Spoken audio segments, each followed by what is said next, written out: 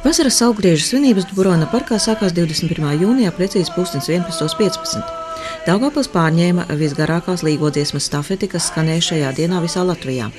Pilsēta tika pārstāvēta projektā Gadsimta garākā līgodziesma. Līgodziesma no saules lēkta 4:29 līdz saules rietam 22:22 vijās cauri visai Latvijai kopīgā dziedāšanā pulcējot katra konkrētā novada iedzīvotājus. Daugavpili pārstāvēja Latviešu kultūras centra folkloras dziesmu un deju kopa Svātra. Nodziedājām šo dziesmu Joņu dīna, Svāta dīna ar piedziedājumu Rūtoju. Un tas bija ļoti liels pagodinājums mums savu rūtoju starp visām līgotnēm iznest un izdziedāt.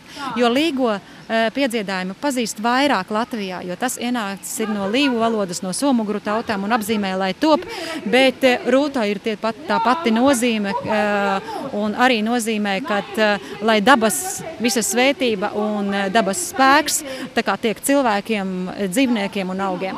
Savukārt vakarā parkā ikvienam bija iespēja piedalīties līgo svinēšanas meistarklasēs. Tie, kuri uzskatīja, ka līgotie šašliki brīvā dabā, uzzināja daudz ko jaunu. Kokiem un jāņos plūktēm zālēm šajā laikā piemīt maģisks spēks, un laikmetu gaitā tautai ir izmantojuši šīs dabas veltes. Uzoltos spēku, pīlādes pasargās no ļaunajiem spēkiem, pīpenis palīdzēs atrast mīlestību. Senatnē līgo vakarā uzpītos vainagus saglabāja visu gadu un tie kalpoja kā sargs no slimībām, no nelaimēm. Tieši vasaras saulgriežu laikā gatavoja pirtslotiņas visam gadam. Un ne tikai bērzu, nātres, ozols, skadiķis, dažādas zālītes, visi šie augi kalpoja kā dabisks ārstniecības līdzeklis pret dažādām slimībām. Arī šodien ir cilvēki, kas labi pārzina pareizās pirts tradīcijas. Ir tik daudz gan koku, gan ziedu, gan lapiņu, kas pļavas, pilnas pļavas ir pilni meži ar dažādiem skaistiem augiem un vienas pareizās, vienas īstās, labās slotas, to nevar pateikt, ka ir kaut kāda tāda. Protams, ka katram cilvēkam ir kāda sava mīļākā slota un tāds arī labs pirtnieks, labs pirts meistars, protams, ka pratīs katram cilvēkam piemeklēt arī tādu pirts slotiņu, kuru viņam vajag. Līgotie ir svētki, kas simbolizē dzīvības spēku. Gada visīsākajā naktī uguns nedrīkst nodzist līdz pat rītausmai. Gan apaļais Jāņu sirs, gan alus ir saules spēka iemiesojums.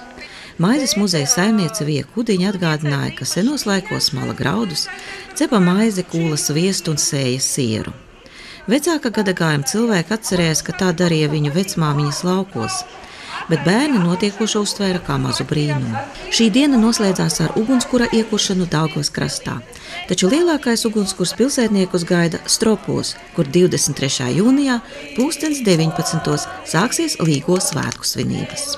Mīļie daugavpilieši un pilsētas viesi, aicinām jūs līgot kopā Stropu estrādē. Mūs priecēs Pūtēju orķestris Daugava, Viktors Zemgals un grupa Sestā jūdze, kā arī nakts diskotēka līdz 2:00 rītā.